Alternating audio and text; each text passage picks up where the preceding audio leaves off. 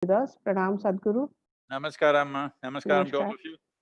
Sorry, And we could not come and meet you personally. Here we are. yes, we were thinking that to have you in our conference and you can see face to face each and every Vice Chancellor. But because of Corona, it could not happen. So thank you, Sadhguru. We are grateful for you to agree to our request, first for coming to the Vice Chancellor's conference and now for interacting with them online. We have a very eminent panel with us who will be seeking your guidance on various issues. First question I would like to place before you, and then our panel will be asking you the questions. My question, Sadhguru, is that now people are dividing the time into two parts, BC and AC. BC is before Corona and AC is after Corona. It is felt that after Corona, the world will see a new normal in all spheres of life, including the higher education space. We are now moving towards online education, but without having a face-to-face interaction in core learning spaces with teachers, peers, and others on university campuses, how do we ensure holistic development of the students? And how do we ensure physical, mental, intellectual, and spiritual development of our students? We seek your guidance on this. Namaskaram to every one of you. Well, I would not want to accord that kind of significance to the virus that it will determine BC and AC. And anyway, we have not seen the AC yet. And right now, all we have about the virus is a lot of confusion. We don't know anything about it really in its entirety. We know bits and pieces of what it can do, but every day we are coming up with new observations of what it is capable of doing. Initially, it just started as a respiratory ailment and then it's multiplying into many things, neurological things are being affected, genetic material is being affected. Every day scientists are coming up with new observations and none of it is absolutely clear. So that is one thing. So we have actually done absolutely nothing about the virus yet. We have only managed to contain it by controlling human behavior. But once we relax that, how it will behave, what way it will go is anybody's guess. So one thing is, before we congregate in numbers for a conference like this that we can come together, we don't know if it's 1 year or 2 years later because people are talking about second, third waves in most parts of world's geography. Having said all these things which seem negative, well, I don't wish to paint a negative picture. The reality is we don't know, so we just have to be observant and watch, till then disciplined enough to keep distances so that virus doesn't, have a clear sweep over the human population. When coming to education, it is possible education could change from the way it was to how it will be tomorrow in a completely dimensional way. Because I've been talking about this for the last few years, with the advent of artificial intelligence, the value of scholarship is going away. When I say scholarship just by memory, in the sense, what memory I can carry in my head, my phone carries 10 times that memory. As these gadgets, enhance themselves and artificial intelligence comes, what I mean by artificial intelligence in my understanding is data, analysis, permutations and combinations of how many ways we can present it. This is all most human beings are doing if they are intellectual. Intellectually, this is all you can do. You gather data, you analyze, and you see how you can make many varieties of the same thing in terms of application, in terms of understanding, and in terms of expression. In how many different ways can we do this? This a machine will do way better than any one of us, 100%. It can remember better than us, it can analyze better than us, and it can produce permutations and combinations better than us. Right now, we may not be yet there, but I feel in the next 5 years or maximum 10 years' time, we'll definitely be there. Once this happens, as we have known education till now, that you go to a school or a college to pick up information, try to store it properly and learn to analyze and learn to use it, that form of education will become totally redundant. Maybe the virus will kind of hasten this process and move us in this direction, because now I don't think in the month of June children can go back to school. That's not how it's looking. So if things are still out and there are still infections going on, I don't think parents will send back their children to school or even to college for that matter. So, because of this, a dramatic change could happen in the way education is delivered. Will it happen to every other activity? I have my doubts, but education definitely could go a sea change, because anyway, it was overdue. It was heading in that way, but because we are not able to create new mechanisms as rapidly as technology changes, as our needs change, we are not able to create a whole education machinery in the world. Because of that, we've been going a little slow, but the virus may definitely hasten that process. As far as education is concerned, as far as schools and universities are concerned, it's very much possible that it becomes BC and AC eras. Thank you, Sadhguruji. Thank you. Thanks a lot. We do need creative thinking in our universities and colleges, and they should not become the information storehouse, as you say. Sadhguruji, now we have a very eminent person, Chairman AICT with us. He is looking after all the technical universities and colleges of the country, Professor Anil Sahasrabudhe. May I request him to please pose a question to Sadhguru? Sadhguruji, Namaskaram. Pranam, Namaskaram. Vanakkam. I have visited Isha Foundation too last year. Oh, is that so? Yes. And your thoughts, have been reading them and viewing them on WhatsApp and various media. They are all inspiring and thought-provoking. So in this period of lockdown, I would like to ask a question, which is there in the minds of many people. Our learning is going on despite the lockdown, because we always say that learning is lifelong learning and learning should never stop. There are several online classes, workshops, seminars, albeit probably more in number than during the normal times. So the education and learning has been continuing. But many people feel that they are isolated, feel lonely. What is the mantra that you suggest to keep people energetic, lively, and enjoy this lockdown while learning? Well, if one is in a mode of learning, or whenever you want to learn something, when you want to focus on something, being alone is a great blessing. Friends and family are a big distraction. When you really want to learn something, you wish to be alone, that's very normal. So if they're really learners, it is fine, but for a whole lot of them, going to school and college is a social process, not necessarily an academic or an educational process, you know. And about conferences or online education happening, yes, it's wonderful on one level, but unfortunately, we are not living in one world. Different segments of population lives in different worlds by themselves. So right now, out of nearly 1.6 billion people that we can consider as as students, officially students enrolled into some institution, out of this, nearly 860 million people don't have access to internet and computers. So what do you do with them? How do you make them learn? This is a big challenge. So leveling this field is going to be the main challenge, how to make technology and broadband and reach possible for every student in the world. Somehow, in the last century, in every village, in every tribal hamlet, we built schoolrooms. However minimal and rudimentary they are, school rooms have come up in the remotest parts of Africa, in India, wherever you go. Largely they have come up. They may be very rudimentary, people may not agree this tin shed is a school, but something was happening.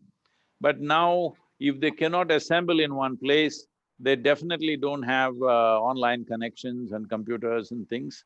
So we need to be really bothered about that segment of the population, and otherwise we must recraft the idea of education for all those people who don't have such access. And education need not necessarily be academic. Education can be in so many practical levels that, in this country, over 60% of the population is still in agriculture. Education can happen on various different levels.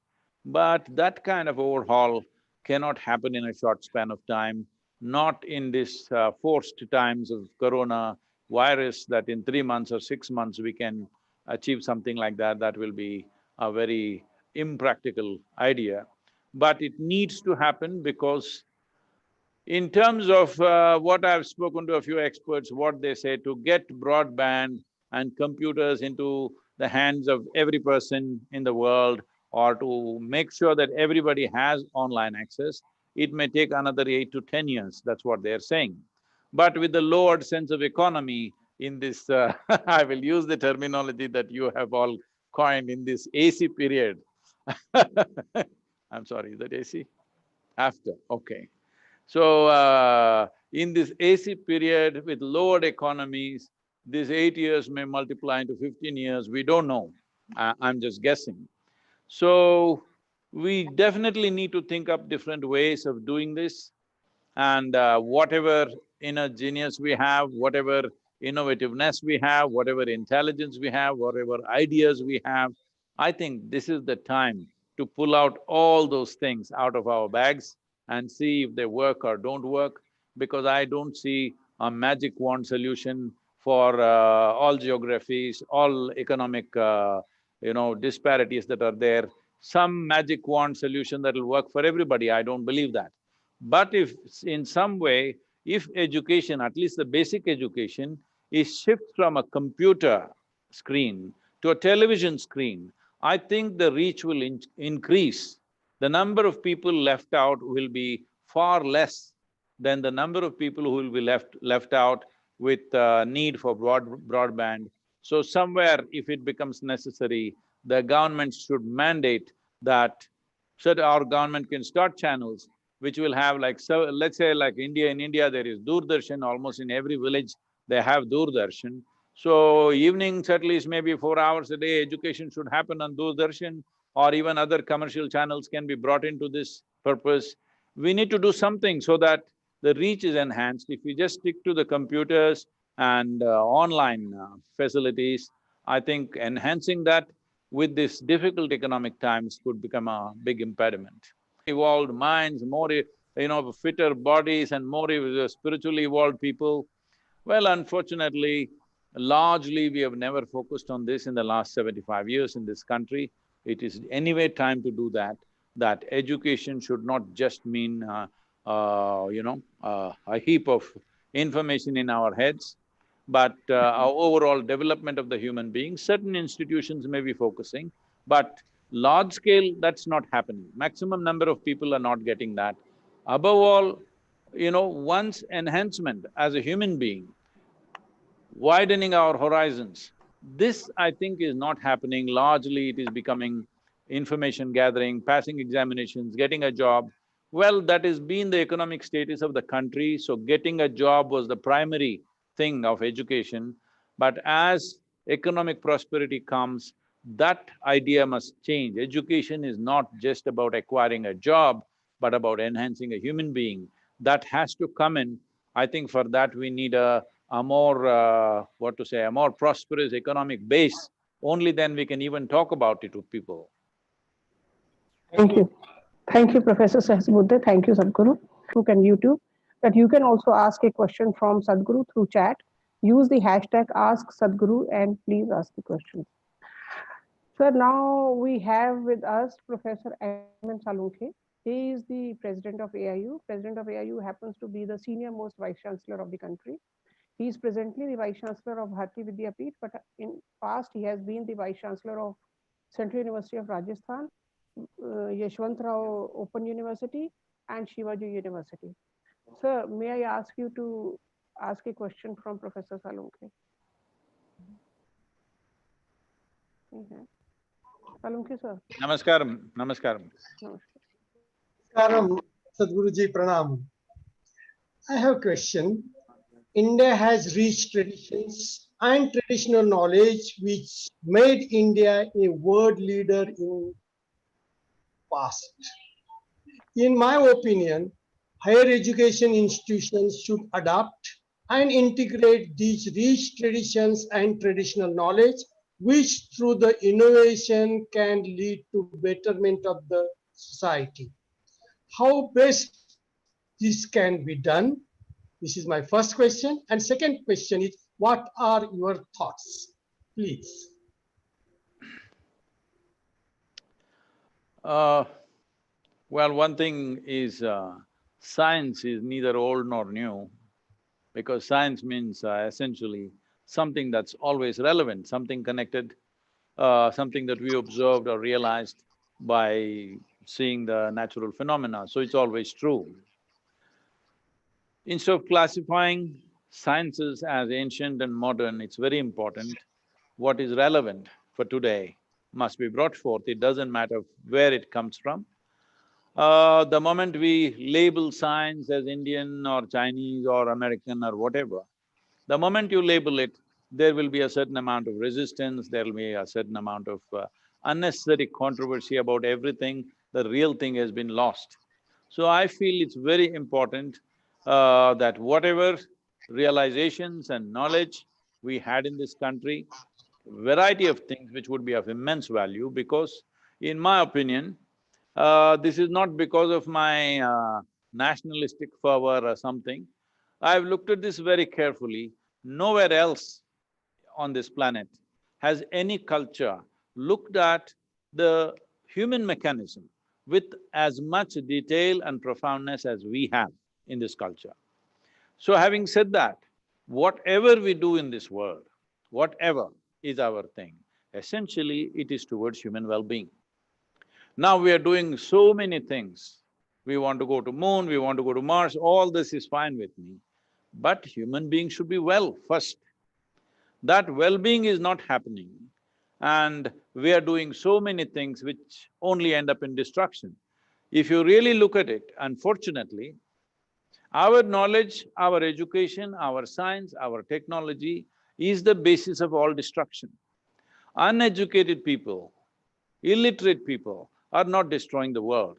It is all university-educated people who will destroy the world, unfortunately. How can this happen?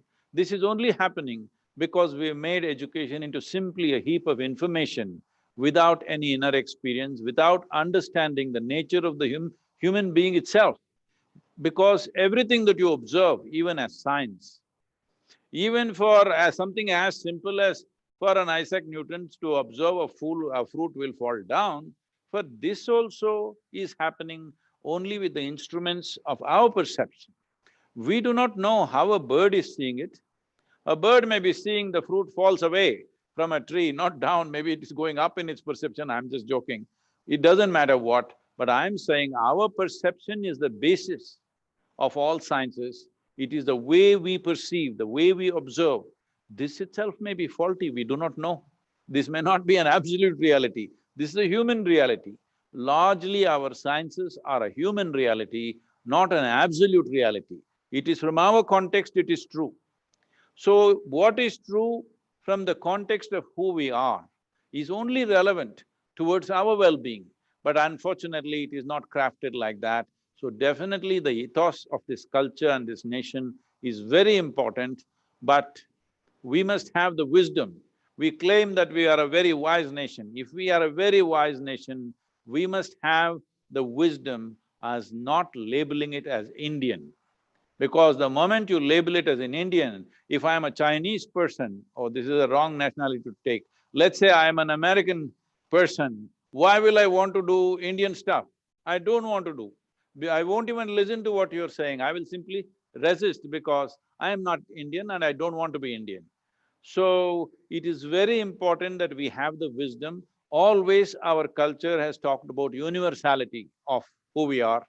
So it's best that we label science as science, knowledge as for what it is, our knowing and wisdom for what it is, rather than always trying to brand it as Bharat Mata Ki Jai all the time. That is okay, it must beat in our hearts, but we should not throw it everywhere because it'll get rejected, unnecessary resistance. what is of immense value gets lost in petty politics.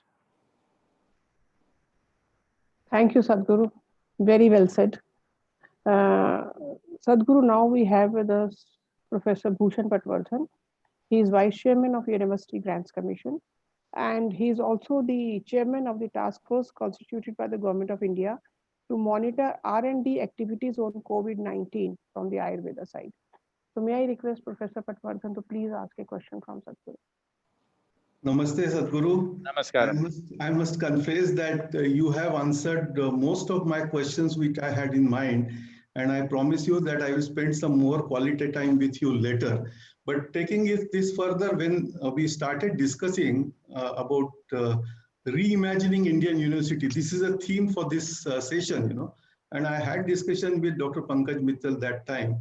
And we said that, look, we have a very good tradition. We talk about Nalanda, Takshashila, but how they are related today, what point exactly you have made it, So how we can relate it today, how we can reinvent that in today's context.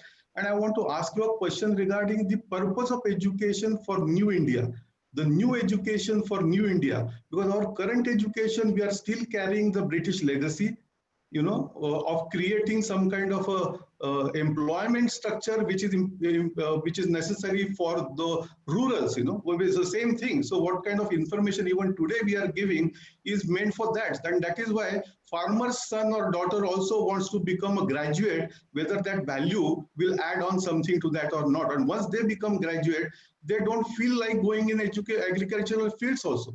So what the question I have in mind is teachers, and I am a teacher, so I'm putting me first in that box. Teachers have monopolized the education today. We think that what we teach in the classroom is only teaching, whereas teaching happens all over. Nature is a great teacher, family is a great teacher, mother is a great teacher, community is a great teacher, and we completely undermine this component of teaching in our own so-called academic environment.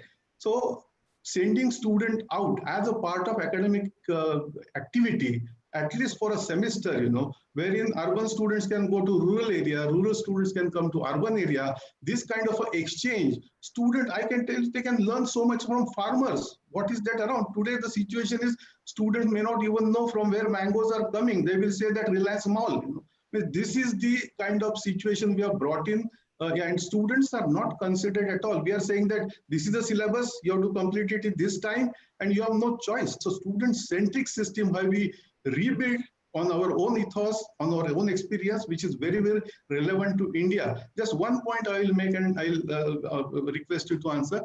We have decided that there will be some kind of a national mechanism, what we have called it as National Academic Credit Bank. And we are saying that let students decide when they want to graduate. Why you want to insist that a particular student has to get graduated in 3 years?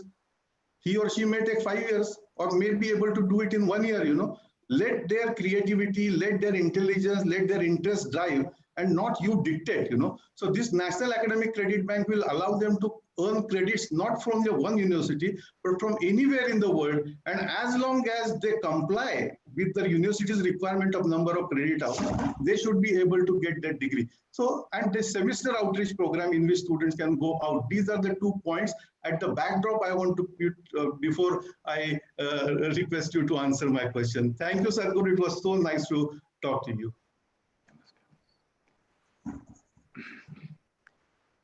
Well,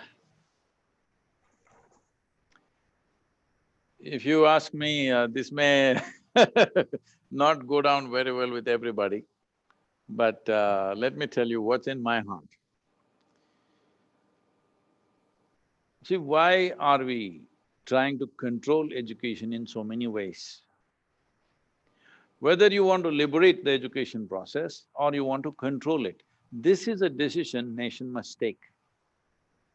Right now, education is largely kind of determined. You said teachers, I don't think so. It is largely the parents who determine what kind of education.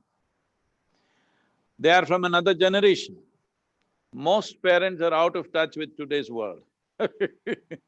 You ask any young person, they will say they are not in touch with today's world. Or they are not in touch with what is going to happen in this future or what you're calling as AC. So why are parents deciding?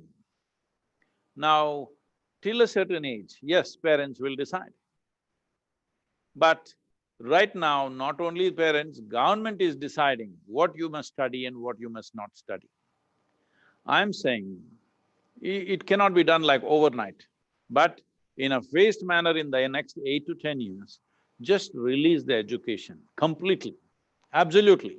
You just set some standards that if you want to get to this place, you must know this much language, this much mathematics, this much science, this much whatever. Just set the basic standard I'm saying not for first standard, second standard, not like this. For 10th standard, you set it something, for 12th standard you set something, for graduation you set something. In between, do not put any structure. Let every private institution teach whichever way they want, whatever they want. As long as the students are happy and parents are happy, it is nobody's business. When I was talking to somebody very prominent who makes education policies in the country, this is what I said. I said, what makes you think that you are more concerned about the children than their own parents? Where did you get this idea? If parents are happy and children are happy and they're meeting whatever standards we have set international standards. If you want to get out of high school, you must know this much science, this much mathematics, this much language, whatever proficiency. But everybody need not go through the same thing. So now I may start an agriculture school where it's all practical and little bit of science and whatever, but this should be allowed. Right now, we are driving, for example, I'm saying there are many things which are being destroyed like this. One thing is definitely textile industry, handloom industry is completely going away simply because compulsory school education. Well, the biggest danger right now is that today, nearly 95% of the children from the farming community are going to school. Come and see in Tamil Nadu, I'm sure this is true everywhere.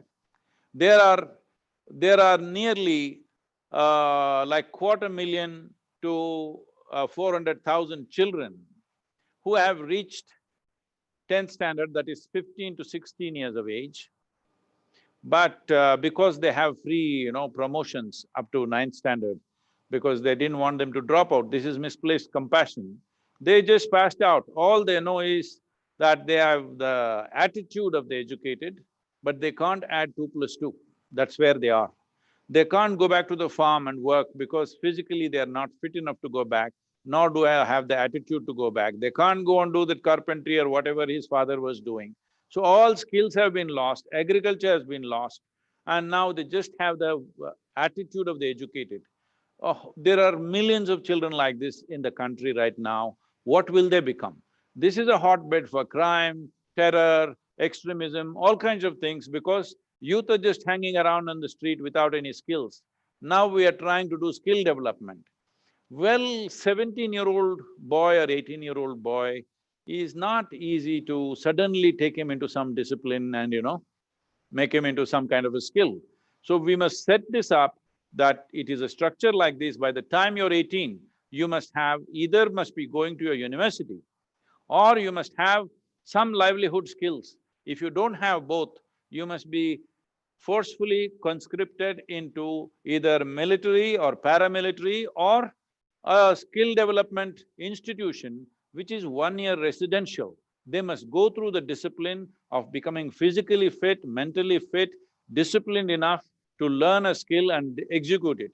I'm saying… why I'm saying this is, right now, I'm just saying this is true almost all over the country. Let's say if your carpenter comes and fixes the door, if you open it, you can't close it, if you close it, you can't open it. Again, you need another carpenter to come and fix it another way. So all these things are happening simply because there was traditional training process for all these skills. Now that we have broken, but we are not able to replace it with high technology training process or high level of international level of training process, we are not able to deliver.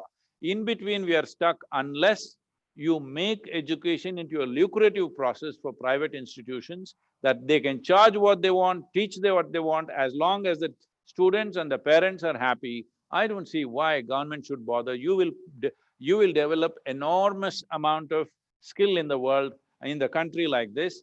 Academics is not made for every human being. It is not necessary everybody must go to the university and learn the same things. There are some people who are by attitude into academic kind of mindset, they must go into academics, the rest of the people should learn other kinds of skills, innovations, business, variety of things. This is the land of entrepreneurs. You were mentioning that we were a very successful nation some time ago. Yes, that is because there was enterprise, and enterprise happened because the only institution through which you could learn was family.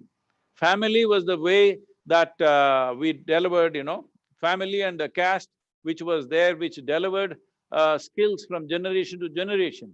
Well, we have broken that.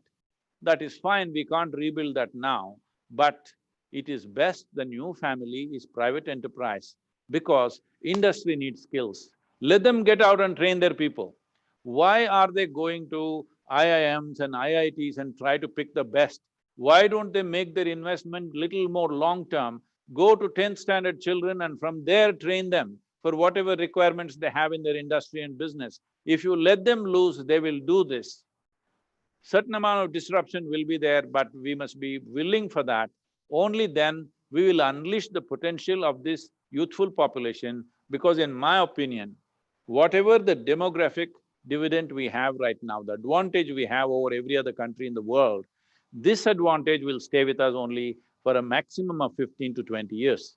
If we just let it pass like this in endless debate, then once that advantage is gone, then we have millions of people without any skills, without any inspiration, without any discipline.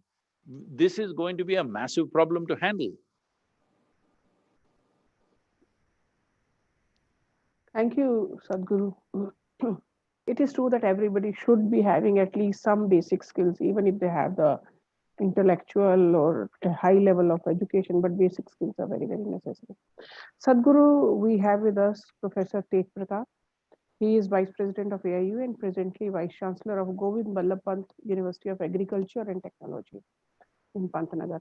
And he has earlier been the Vice-Chancellor of APG Shimla University, Sher-e Kashmir University and Himachal Pradesh Agricultural University, Palanpur. May I request Professor Tej Pratap to ask a question from Sadhguru? Namaskaram.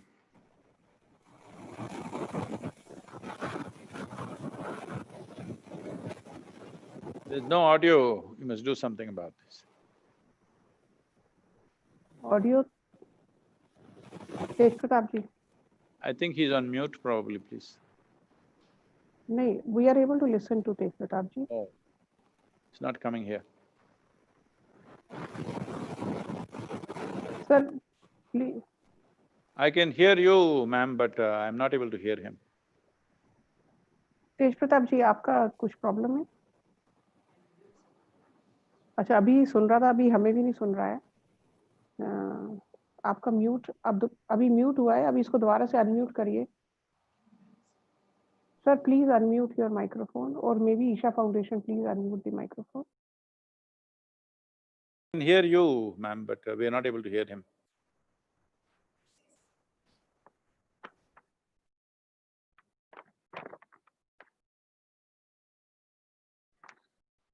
Sir, we are not able to hear you, sir. We are not able to hear you.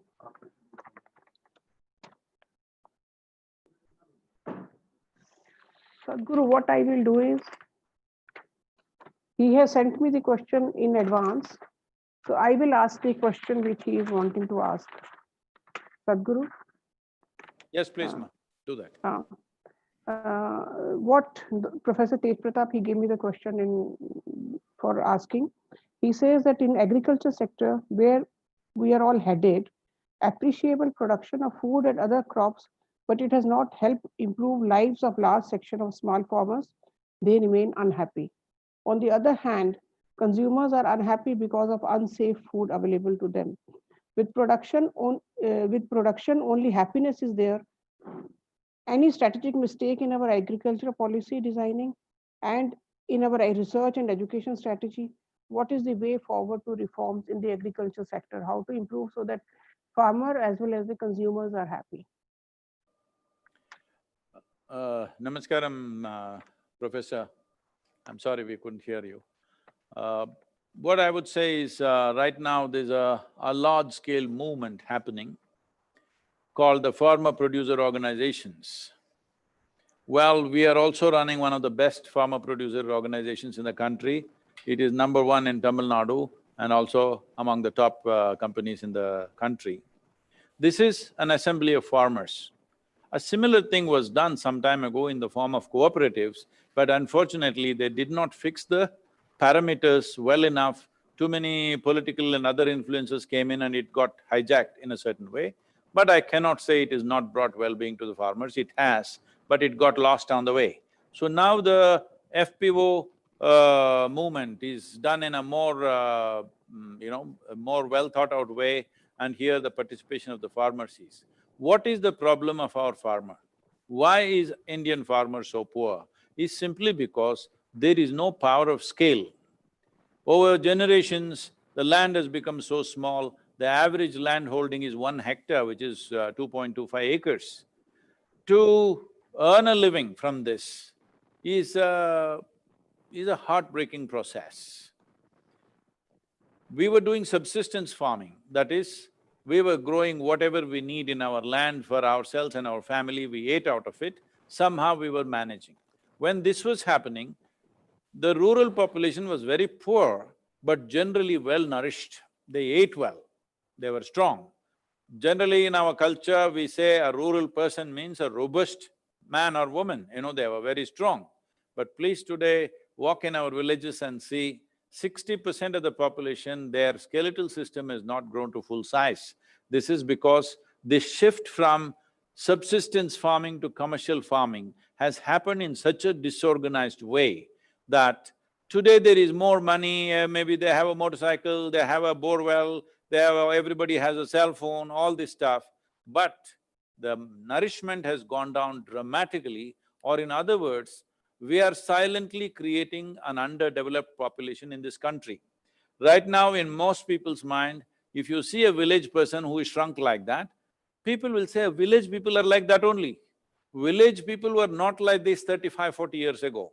40 years ago, a village person means a robust man, but today he shrunk like this because the staple diet has become like this, that because cash is in the hand but there's no food commodities as such, staple diet in the south has become rice, tamarind and chili and salt, With this we can make something tasty and we are eating this up. In the north it's become, like how the whole country, at least the northern part of the country, goes into a tizzy if the onion price goes up. Why is onion such a big thing? I was in London and this onion price had gone up and all the 4 television English channels were only talking about onion. I was with a family, they were asking, what is this thing about onion, Sadhguru, in India? I said, that's our staple diet.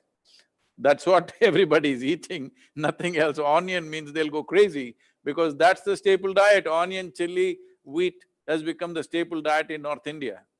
So, because of this, nourishment levels have come down significantly.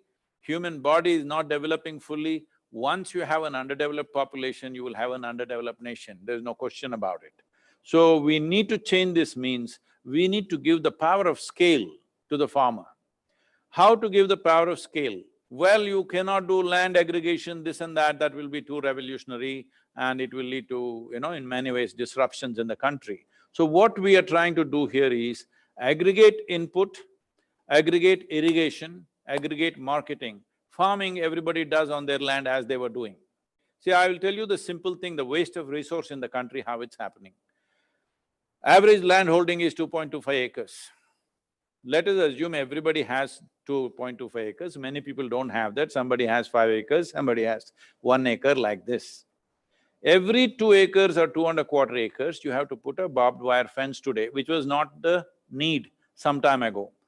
A fence, every 2.25 acres you need a borewell, you need an electric connection, and for 2.25 acres a man has to go and sit, man or woman has to go and sit in that land every day just to prove it's my land.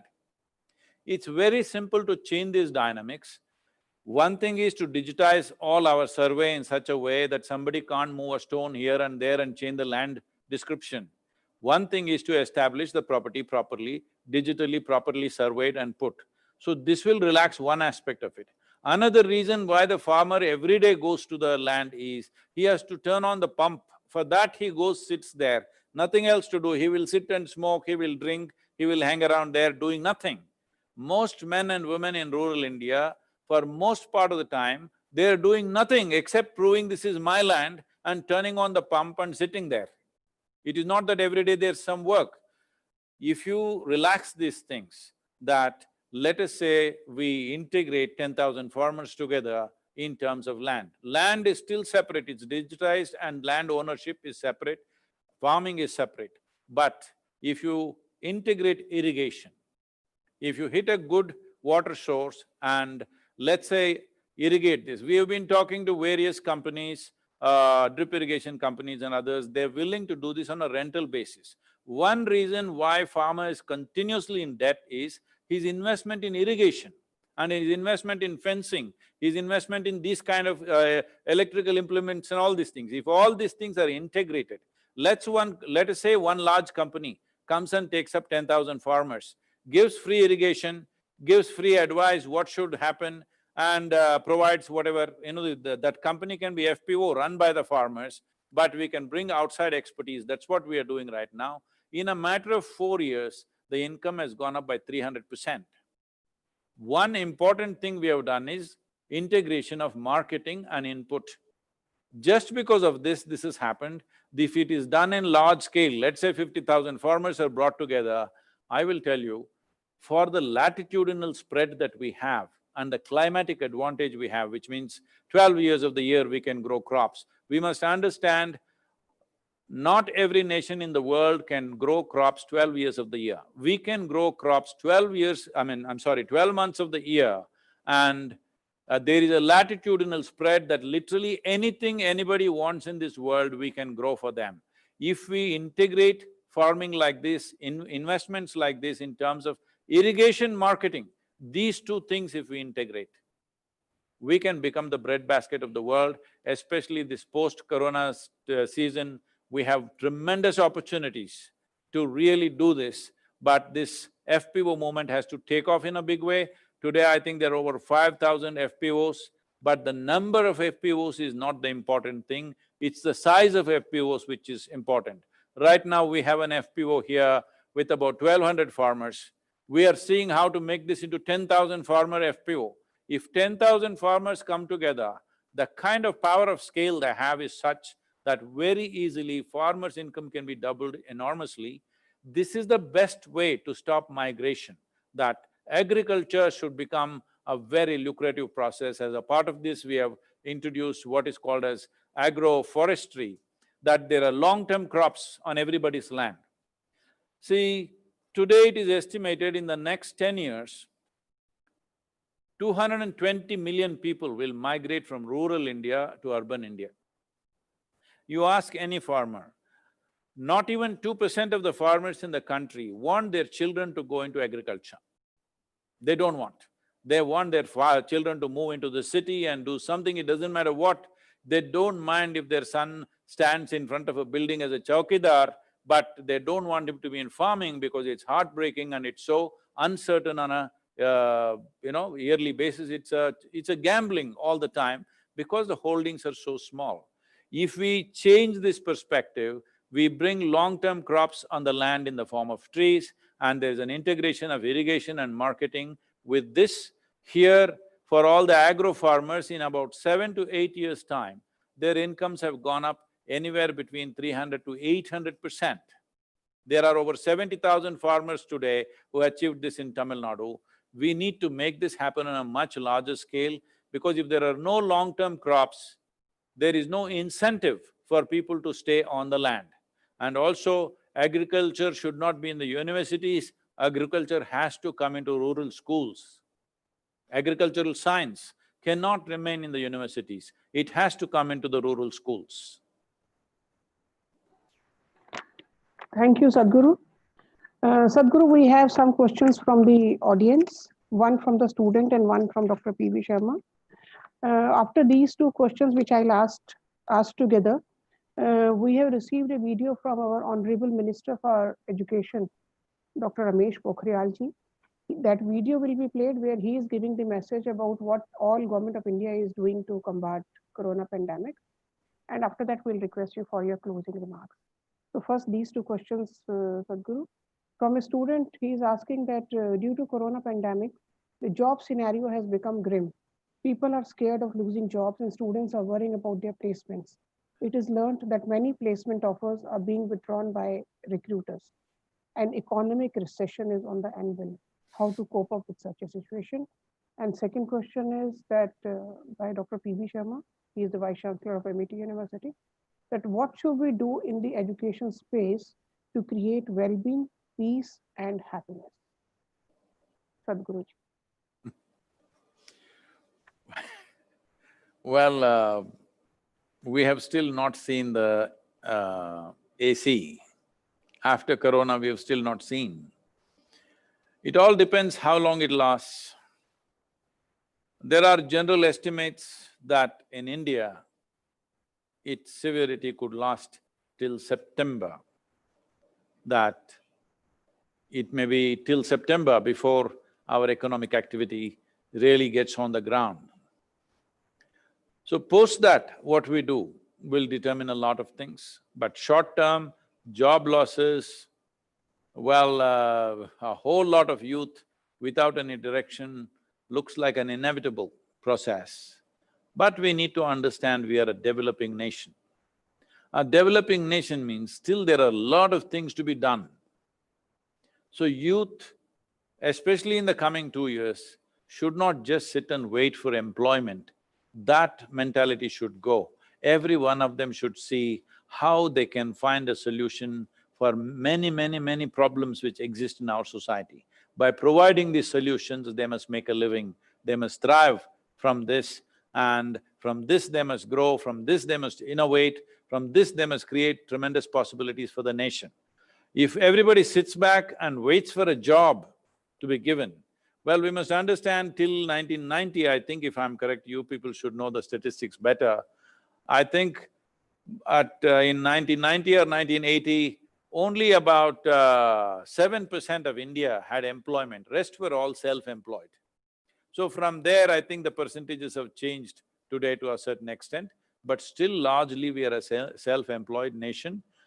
In the next 2 years, definitely self-employment is going to be very big because employers' ability to give you employment is been considerably reduced with the GDP growth falling in a huge way. How long will we suffer? How much foreign investments will come into the country? How much of China's pie we will be able to take? These are all subject to various realities, it's not just going to happen like that overnight. Many things have to be done right. The most important thing is particularly the Japanese companies and the American companies, at least partially, they want to move out of China for their own security and well-being. So this is an opportunity. About over 300 companies are wanting to do this right now. We must throw out a big welcome for them.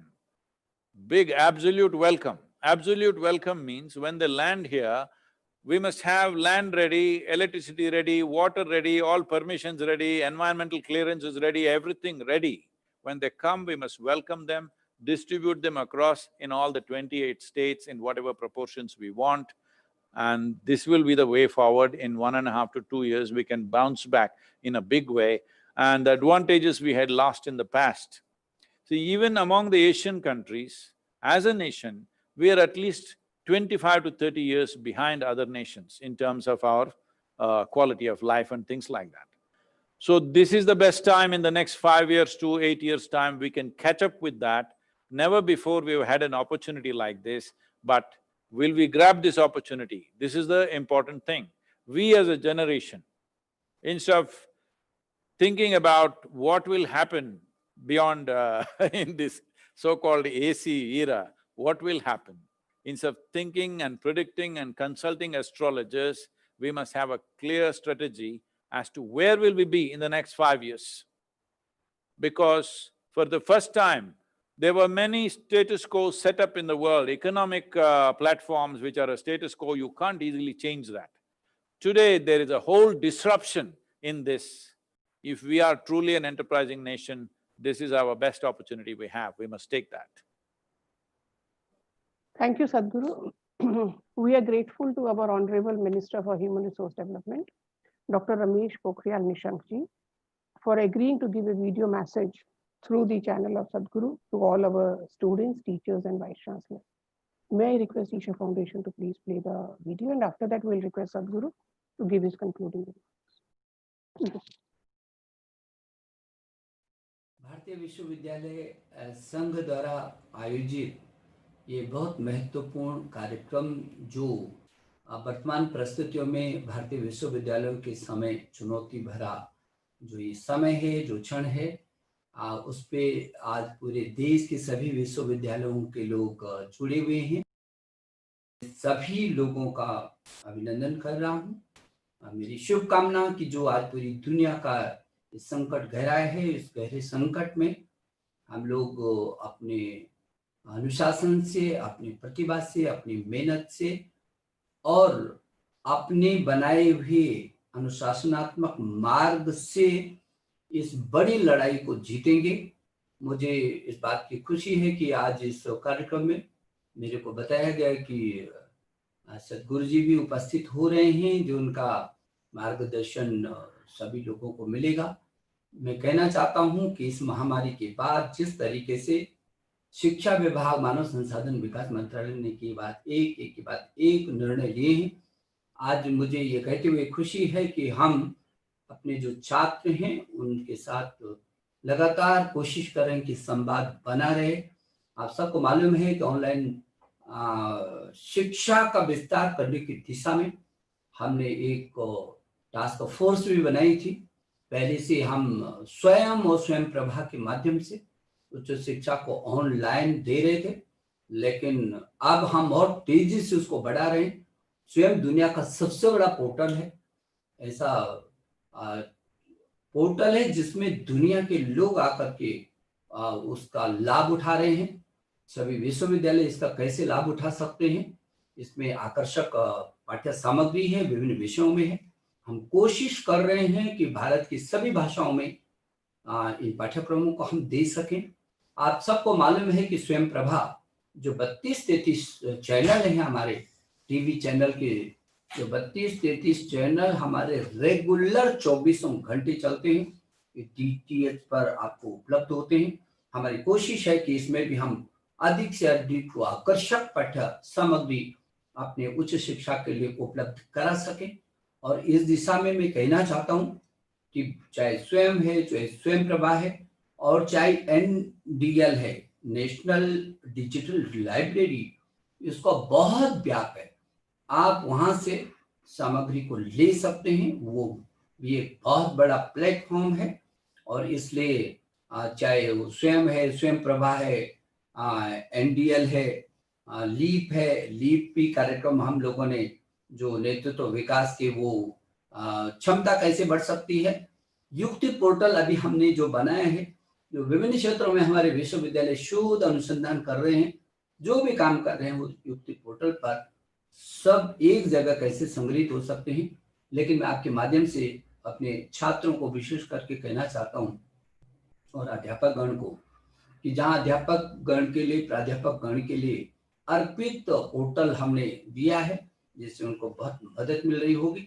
और छात्रों से मैं कहना चाहता हूँ कि spark आज दुनिया में, दुनिया के देशों के साथ, दुनिया के शीर्ष 128 विश्वविद्यालयों के साथ हमारा पारस्परिक अनुसंधान चल रहा है। आपके लिए बहुत बड़ा प्लेटफॉर्म खुला है। हम लोग स्ट्राइड अंतर विषय शोध कैसे करके हो सकते हैं, इस दिशा में बहुत अच्छा आपके सामने है, इम्प्रिंट है, इम्प्रेस है। और इसलिए मैं कहना चाहता हूँ कि चाहे ज्ञान है क्या, चाहे ज्ञान प्लस है, आप तो स्टडी इन इंडिया के तहत पूरी दुनिया के लोग भारत में अध्ययन करने के लिए आना शुरू हुए हैं। और इसलिए मैं इस अवसर पर आप सबको शुभकामना देना चाहता हूँ। और मेरा भरोसा है कि जिस तरीके से हमारे तमाम उच्च शैक्षणिक संस्थानों ने इस समय शोध और अनुसंधान किया है, चाहे मेरे विश्वविद्यालय हों, चाहे मेरे IITs हों, ट्रिपल IITs हों, NITs हों, IIM हों, आईसर हों, ये उच्च शिक्षा के क्षेत्र में जो इस बीच, इस महामारी, कोरोना की महामारी के बीच जिस तरीके से मेरे शैक्षणिक संस्थानों ने एक के बाद एक अनुसंधान किए हैं और उसका रिजल्ट अब निकलना शुरू हुआ है, मुझे भरोसा है कि हमारे देश के प्रधानमंत्री श्री नरेंद्र मोदी जी की अगुवाई में जिस दृढ़ता से इस महामारी का मुकाबला करने की तैयारी शुरू से ही है और हम उसमें सफल भी हैं, काफी हद तक सफल हैं। हमको कोरोना को भगाना है, हमको मिल करके एकजुट होकर के देश की एक सूत्र में पिरो करके जो जहां है, जिस क्षमता के साथ है, जो उसकी प्रखरता है, जो उसकी जिम्मेदारी है, उन जिम्मेदारियों को निर्वहन करते हुए निश्चित रूप में वो एक ऐसा मानदंड स्थापित करेगा जिससे हम दुनिया को कह सकेंगे कि हाँ, मेरा भारत एक है, श्रेष्ठ है और हम किसी भी मुसीबत का मुकाबला करने के लिए हर समय तैयार हैं। मैं इस अवसर पर सभी लोगों को, जो भी लोग जुड़े हुए हैं, उन सबका मैं इस अवसर पर अभिनंदन करता हूँ, आप सबका स्वागत भी कर रहा हूँ।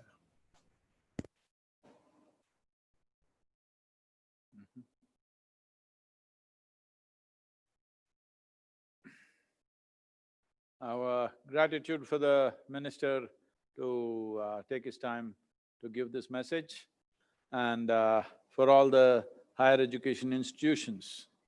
We must, as all of you know, these platforms have been created and many universities from across the world are throwing out free content all over the place.